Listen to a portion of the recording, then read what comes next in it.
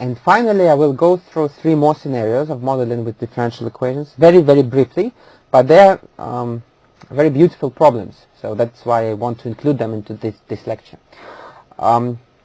In the first scenario, so imagine that, like in Jules Verne's novel From the Earth to the Moon, if you read it,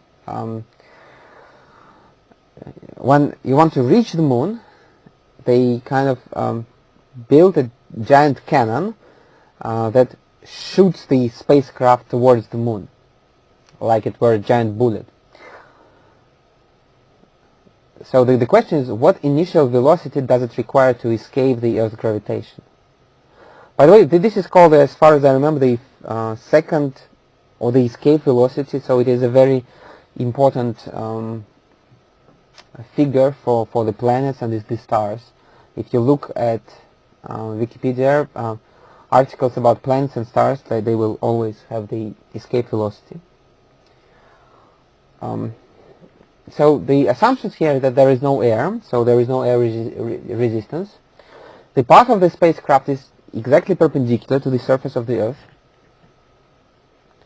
And then it's not a rocket, so there is no initial acceleration. So it's just initially there is the initial velocity, and then booms, it just goes, and there is no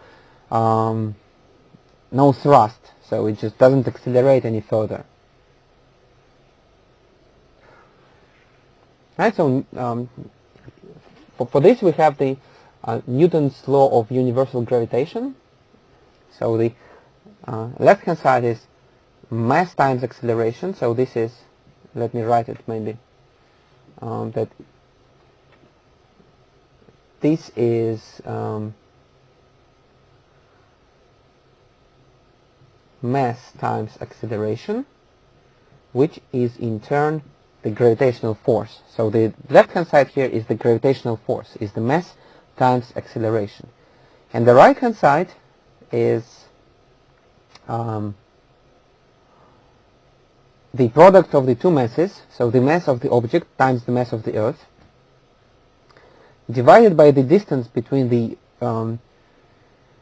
spacecraft and the Earth, but the distance between the spacecraft and the Earth should measure the distance towards the Earth's center, right? So which means that if this is the Earth, that's the center. If this is the current point where the spacecraft is, then that's the distance. But of course, the distance is going to consider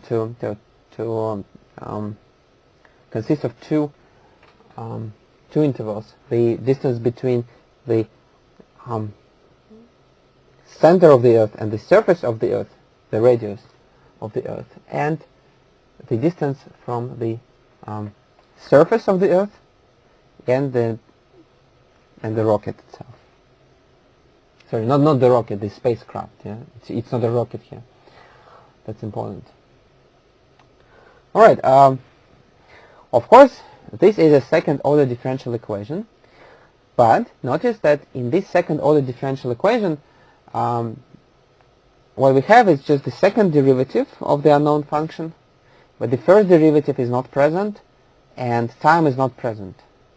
So, and because of that, there is a very clever trick that allows us to solve it. By the way, such a trick is always going to work if you have a second-order differential equation that is independent of the independent variable, right? So if only the dependent variable in its second derivative and its first derivative is are present.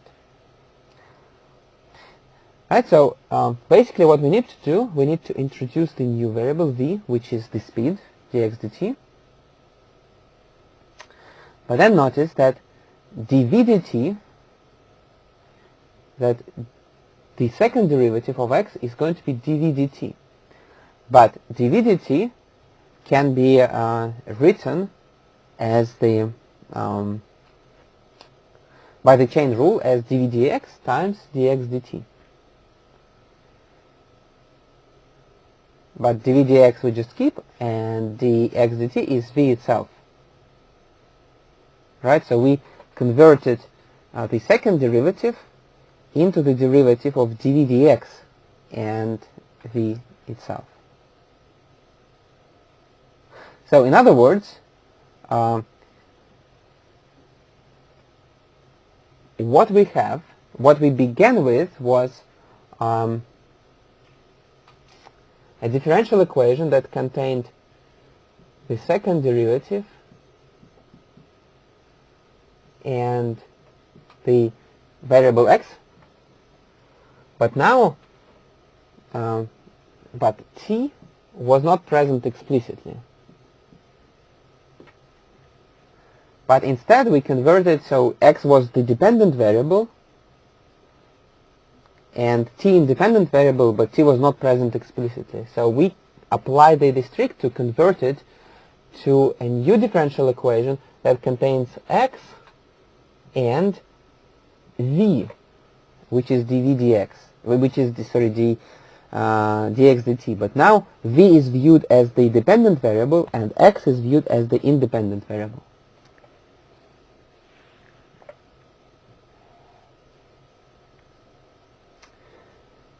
Well, and notice that by doing this transformation we converted a second order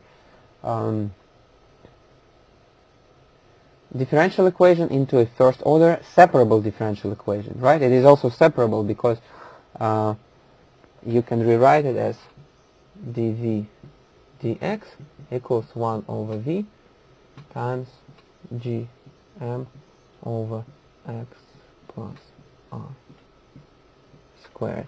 So here g is a constant, is the universal gravitational constant. M capital is the mass of the Earth. R capital is the radius of the Earth, so you can actually substitute the real values. And then v and x are variables, and now they are separated. Right, so a little problem for yourself is to solve this ODE and answer the original question. So what initial velocity does it require to escape the Earth's gravitation?